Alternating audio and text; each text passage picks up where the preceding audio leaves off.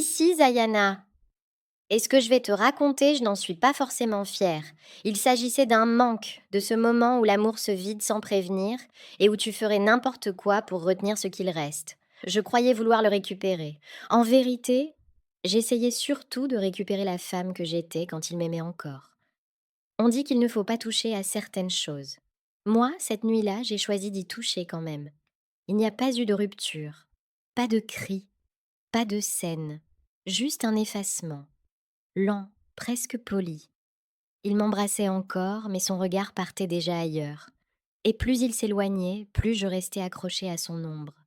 Je me souvenais de tout, les odeurs, les phrases, la place exacte de sa main sur ma nuque. J'essayais de reproduire nos rituels, comme si l'amour obéissait à une formule, mais chaque geste sonnait faux. Les nuits étaient les pires. Je fixais mon téléphone en me promettant de ne pas écrire. Et puis je cédais. Un message, deux, trois. Pas de réponse. Juste ce vide, long, épais, comme une mer sans rivage. Une amie, un soir, a glissé doucement. Il y a une femme, une qui aide les couples à ne pas se perdre. J'ai ri, j'ai dit que j'étais pas ce genre de fille. Mais sa phrase est restée. Elle tournait dans ma tête comme une chanson qu'on déteste mais qu'on finit par fredonner. Le lendemain, j'ai tapé son nom sur mon téléphone. Rien d'extraordinaire. Des témoignages, des photos floues, des mots vagues. Elle voit clair, elle apaise les liens. J'ai refermé la page. Puis je l'ai rouverte. Les jours suivants, je me suis surprise à y penser sans vouloir y croire. Et puis un soir, sans trop réfléchir, j'ai envoyé un message. Une adresse, une heure, rendez-vous fixé. Je n'étais plus vraiment certaine de croire à quelque chose. Mais je n'arrivais plus à faire autrement. La pièce ne ressemblait à rien de ce que j'avais imaginé. Ni mystique, ni inquiétante, juste silencieuse. Une odeur d'encens, des fleurs séchées, une lumière jaune qui tremblait doucement sur les murs. La femme m'a regardé longtemps sans parler, comme si elle savait déjà pourquoi j'étais venue. Qu'est-ce que tu veux vraiment? Qu'il revienne. Le retour n'est pas l'amour, tu le sais? Je n'ai rien répondu, mais elle a souri. Pas un sourire moqueur, un sourire triste, fatigué, comme celui de quelqu'un qui a déjà vu 1000 fois la même détresse. Elle m'a demandé un objet à lui. J'avais encore un bracelet qu'il avait oublié chez moi. Elle l'a pris, l'a posé dans une petite boîte en tissu noir, refermée par un fil rouge. Dedans, j'ai aperçu une mèche de cheveux, un petit nœud de corde, et une poudre sombre qui sentait la terre mouillée et le métal. Puis elle a posé ma main dessus, lentement.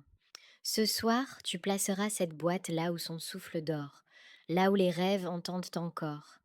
Je savais ce que ça voulait dire, sa chambre.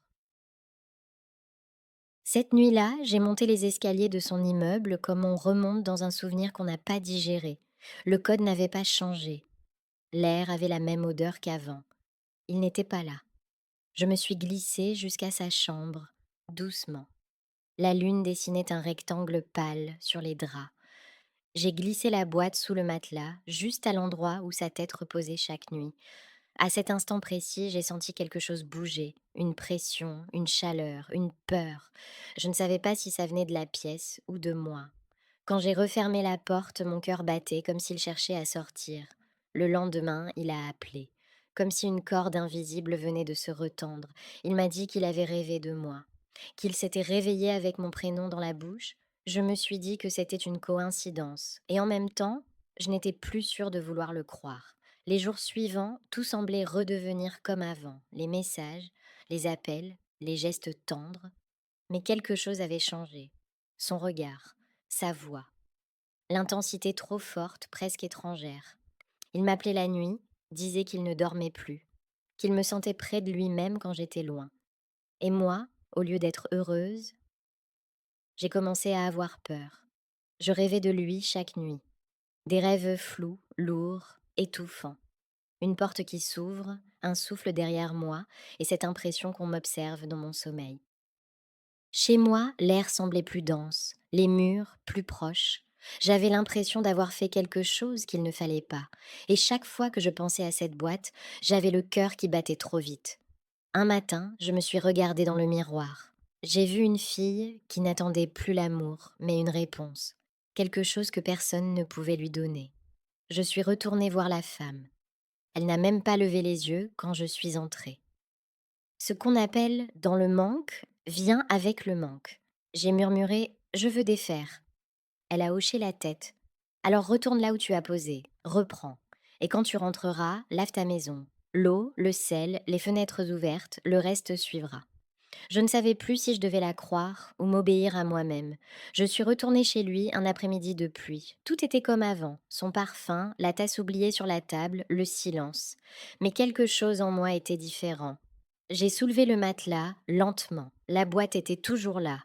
Quand je l'ai reprise, j'ai senti mon souffle redevenir plus lourd, puis plus léger, comme si je venais de retirer un poids invisible. Le soir, j'ai lavé mes draps, ouvert les fenêtres, laissé le vent entrer. J'ai fait couler de l'eau et un peu de sel, sans incantation, sans peur, juste pour respirer à nouveau. Les jours suivants, il s'est éloigné, petit à petit. Et moi, pour la première fois, je n'ai pas couru derrière. Je n'attendais plus qu'il m'écrive. Je réapprenais à vivre dans le silence. Un matin, il m'a envoyé un message. T'es bizarre, toi.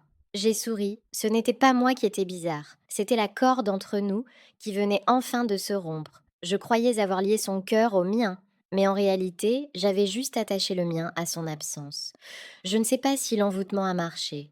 Je sais seulement qu'en retirant cette boîte, j'ai arrêté de retenir une marée à main nue. Le vrai sort n'était pas dans ses rêves.